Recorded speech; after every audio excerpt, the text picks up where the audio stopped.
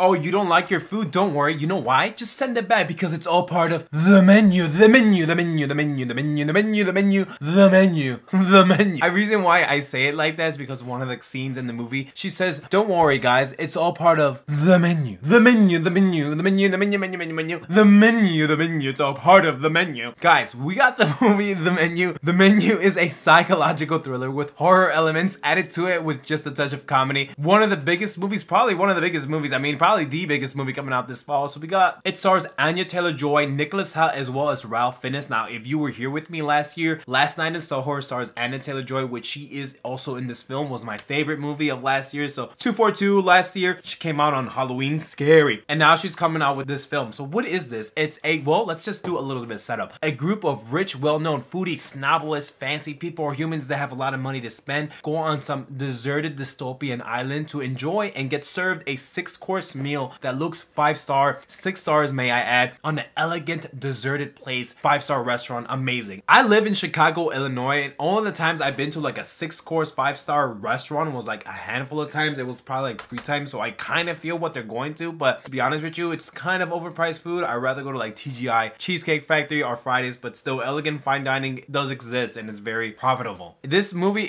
talks about takers and givers, especially food snobblists, into social hierarchy with wealth versus poor aspects of it. So that is like the deeper meaning behind it. Now that's just like the baseline for it. When you see the movie, or if you don't see the movie, you'll see why I say that. Now I'm gonna be honest with you guys, this is a perfect movie if you like food, if you worked in the industry, or if you watch like Hell's Kitchen, stuff like that, or what's that, MasterChef. I remember the last time I saw this movie like this was 2015 with Bradley Cooper, his movie called Burnt. I don't know if you've seen that. I loved it back then, so I still love it now. I has worked as a chef before YouTube, and I mean, like before restaurants. While I'm making YouTube a full-time career for you guys, so we can be doing this full-time, I work as a waiter, so I definitely had a personal connection with this movie because I'm like, this is awesome. Movie about waitering, waitressing, serving, like what can go wrong? And it's weird because AMC theaters list this in their like section thrills and chills, and yeah, I get that there is like scary stuff, but I'm telling you, it's more psychological, and the movie was downright hilarious at some points. Like, yeah, sometimes it's like, oh my gosh, it's kind of gross what you're looking at. Me, you're working with knives, I mean something's bound to happen like that. The movie theater and me, we had a great time. Now one thing I do want to give this credit movie is the movie's cinematography, especially the pictures of the foods that you'll be indulging in this movie. It's like a 360 degrees of a food, and it shows on like a top left or top right. As the movie progresses, it gets a little bit interesting, funny, weird, and chaotic. Like, let's just say it starts with caviar or like tea, and it'll list the ingredients for you. It does like 1 minute of looking at the food, so go on an empty stomach so you don't like, oh my gosh, because you definitely, I got hungry. I was like, whoa, like I got hungry just eating this. And it's cool because it's with multiple shots. I'm like, whoa, this is an amazing cinematography. Even the island itself, or the 5-star restaurant. And one thing that I do want to, I don't make movies, but I'm an armchair like movie maker, I guess, because you know I'm talking to you guys. The whole scene, the whole movie is filmed in like this, I want to say, I don't want to call it the room, but it's like a, I guess it is like the room, the kitchen's in the back. Like if you ever been to a Chipotle, there's like windows, ocean is right there. So, and there's a great camera work. So these cast of characters, the cast probably had to be there for a while, getting to know each other, getting better connections, character dynamics. I feel like it really does show on screen because there's a lot of camera angles. Like they talk interactions with each other, the main cast, to the kitchen, to the like the henchmen that are like watching them eat, to the serving staff, to the head chef, the yes chef, as well as like the waitressing staff. So I thought that was pretty cool because they have talking about like towards each other, their own table, their other table. I thought it was a cool group dynamic between the cast of characters in this movie. I love the pacing of the film. Every single time it changes, like first course, second course, third course, you know the action is tensioning up. Like something happens, scary, bloody, like something not like, of course, psychological. I'm trying my best not to ruin it for you, but every single time the movie says first course, second course, it increasingly gets a little bit weary and like tension fills up in the room. Like they know something's wrong. Like that, what is the head chef doing? What about the staff? What about the girl who's waitressing them? The host, the henchmen, what are they doing? So it's like this crescendo of like to the climax on the way. Even when it hits the climax, like it does it. It's just a film that keeps going up, up, up, up. And then yeah, it may like flatline, but it still like goes up and down. Like it doesn't just go like a traditional movie, like up and down. No, of course not. First, let's talk about Nicholas Hoult. Nicholas Hoult, if you guys don't know, he played Beast in X-Men. So Tyler Tyler, which is what his name in the movie is, he feels like a wannabe food critic. He knows a lot about food. He says he's watched the show, like he can't wait to dine in experience with it. But to be honest, like his character arc is like my least favorite. I mean, it did work for like 2/3 of the movie, but then the movie takes a hard turn with his character. Like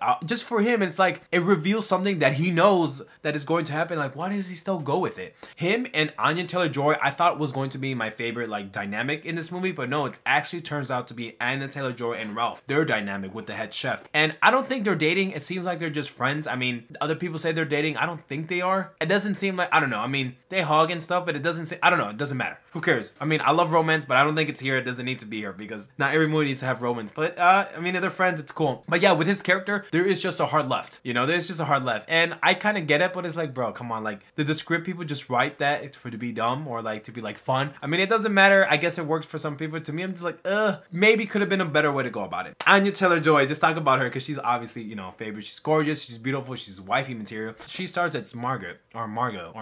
She is underrated actress, by the way, guys. She's definitely upcoming, and she's like the hottest things in Hollywood right now. Last Night in Soho, Queen's Gambit, like, let's go. And one of the best lines that she has, or they tell her, is like, you don't belong here. And the movie centers later, like the second half, around her and why Ralph, which is the head chef, or Julian, doesn't think she fits in the description. And I loved her dynamics with Nicholas as well as Ralph, because I feel like her and Ralph have like, I don't want to say like this power stance, but it's more of like feels like a father-daughter type thing. And her, of course, chemistry with the rest of the cast is cool, even though we don't get to see that a lot. I mean, they mostly talk with themselves or with Nicholas. I mean, it's more kind of standoffish, but they're in the same room, so they know each other. They know, they've seen each other. They're gonna be with each other for hours. So I thought that was just pretty cool. She got invited to this, so she isn't really a food like snob list, but her character arc was definitely one of my favorites. Like, I loved what the movie did with her character. So Ralph Fiennes plays as Julian, which is yes chef. So he's like the leader of the head chef. He's the one that you see doing this. He's calm, cool, collected. I love his demeanor, and I love how he presents each dish. Like, he loves it. He loves cooking. He knows exactly what he's doing, the resolution of his character. And I loved his turn of the movie. Like,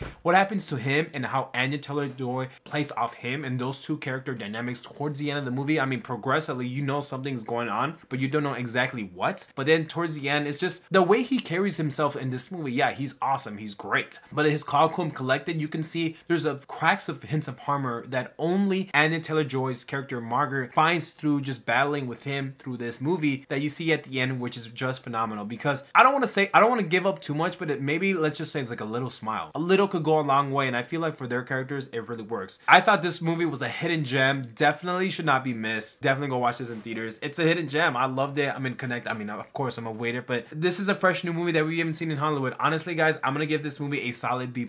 As always, I appreciate you so much. If you're still here, maybe hit that subscribe button and turn on notifications so you never miss a video. And with that, take care. Peace out.